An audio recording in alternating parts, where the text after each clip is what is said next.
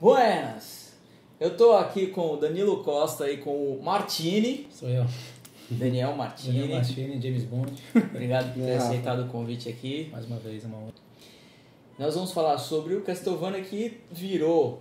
É um jogo e ele virou uma série do Netflix. Um anime, isso. Um anime no Netflix, está fazendo super sucesso. Uhum. E isso é uma estratégia de transmídia. E a gente vai conversar um pouquinho com vocês sobre o que é transmídia e o porquê que é importante essa estratégia.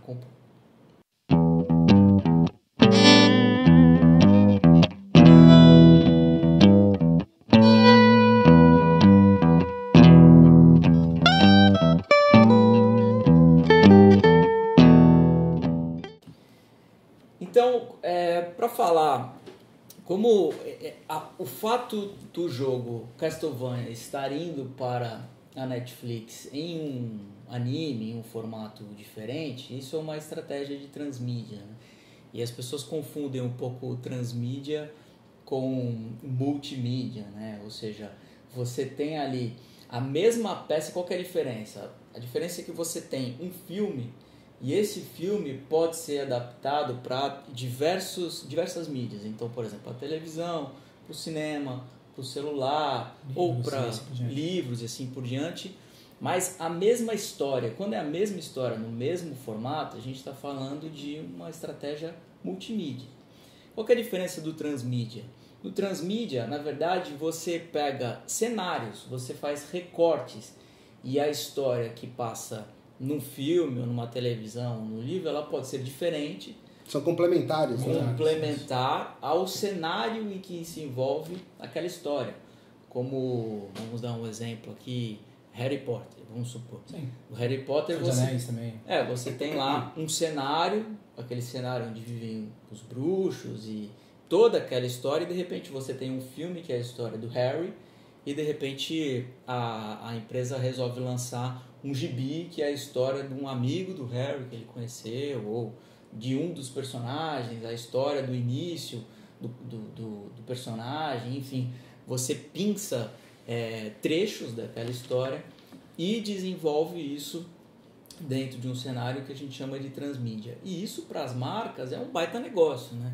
Porque, por exemplo, como você tem o jogo Castlevania, que a princípio o negócio deles era vender o jogo, partindo para o Netflix, eles ampliam essa rede e eles conseguem ganhar dinheiro de outra forma. Não é isso? Populariza muito mais, né? Eu acho que um maior case, assim, eu acho, na minha opinião, assim, o maior case de transmídia foi realmente, tipo, o Angry Birds, assim, porque o Angry Birds, o Angry Birds, ele, tipo, foi o jogo de número 50 da Hobby, tipo, a Hobby tava praticamente falida quando eles lançaram... Começou no celular?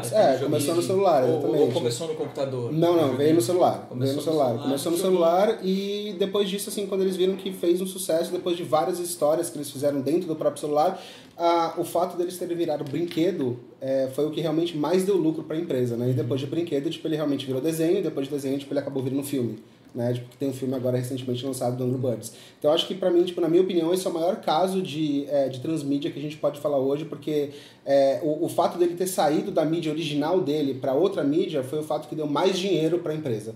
Foi quando ele realmente virou para o universo de brinquedos, no universo de estampas de camiseta, vendeu a marca Angry Birds mesmo, foi quando aí eles ficaram bilhardários. Pra gente ver como é importante pro negócio da empresa, né? Porque eles estavam quase falindo e o que salvou foi justamente utilizar uma estratégia de transmídia. Agora conta pra gente um pouquinho mais sobre o Castlevania. O Castlevania eu não vou falar, porque assim, quem tem propriedade máxima pra falar sobre o Castlevania é o Daniel. O Daniel, tipo, é um super fã. Eu conheci o Castlevania na época por conta dele. O primeiro jogo que eu joguei foi o Symphony of the Night. Eu joguei por conta do Daniel. Tipo, ele me contou sobre o jogo, eu joguei. Mas quem conhece toda a história realmente, tipo, é o Daniel que pode contar como virou. De onde veio, Dan? Tipo, como surgiu isso? Castlevania, ele surgiu mais ou menos pela Konami em 1986. E o curioso sobre Castlevania é que quando ele foi lançado, o diretor, não me lembro o nome agora dele, mas ele era muito fã do Drácula de Bram Stoker. Ele foi totalmente tirado do filme, do romance do filme. Legal. Né? E ele surgiu nessa época, em 1986, teve o 1, o 2 e o 3, que no caso o Netflix está fazendo o filme, a série do Netflix é baseado no Castlevania 3. E qual plataforma que é inicialmente? Do Nintendinho 8 bits. Essa história que ela é muito mais elaborada para poder fazer a série, é muito mais rica em detalhes, em personagens, enfim, em história mesmo, sobre o jogo, entendeu? E a série no Netflix é sobre o terceiro 3, que é a Castlevania 3. Conta um pouco como é que foi, como é que é a história do Belmont, cara, né? Tipo, a história é a seguinte, a família Belmont, eles são como se tivessem não são poderes mágicos, mas eles são abençoados por Deus, assim, eles têm a habilidade de lutar contra monstros. É mais ou menos uma ideia do Van Helsing, né? Mais ou menos a mesma ideia, assim, que eles seguem, sobre caçadores de monstros. E essa família, eles são meio que amaldiçoados pelo Drácula sem perseguir eles. E o mais curioso sobre isso é que eles lutam contra o mal. Só que a igreja, sabendo disso, por eles terem esses poderes mágicos, julga eles como bruxos, como hereges. Então eles expulsaram eles da igreja, excomungados da igreja católica. Uma história de aventura, né? Um jogo de aventura. Mas o interessante da série é que eles colocaram ela numa plataforma, em desenho, graficamente falando, muito mais ocidental do que oriental. Muda um pouco, assim, não os nomes e não a história, mas fisicamente os personagens. Porque assim, quem conhece de mangá vai olhar para o Castlevania hoje, tipo, como ele é produzido no Netflix, não vai identificar os traços, porque o traço é bem ocidental, entendeu? Eles não fizeram um traço muito... O cenário tá lindo, mas o traço, tipo, ele tá bem ocidental, que você olha assim, tipo, ele não tá completamente, tipo, mangá, né? Tipo, ele é um traço completamente diferente, né? Do que, pelo menos, eu imaginava quando fosse assistir o anime, né? Ou seja, eles estão utilizando uma estratégia de transmídia e ainda uma nova linguagem. Sim, uma nova... Tipo, sim. Não da história, mas de traços, de desenho. O que é também...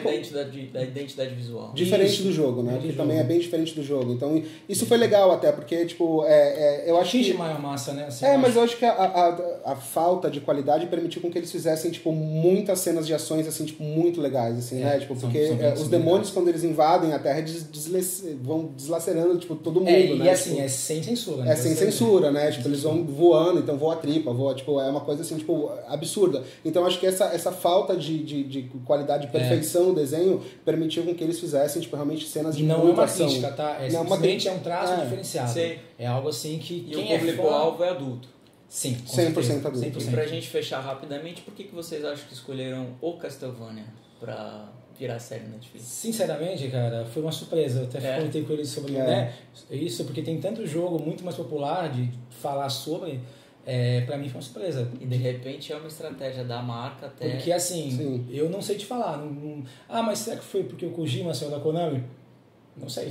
Eu acho que não. Se a gente for citar o nome Kojima, né? Tipo, né? Mestre. Mestre Kojima, não tem. Mas assim, eu não... Sinceramente, foi uma surpresa. Legal. Eu também não sei muito explicar, assim, mas eu acho que ele pega...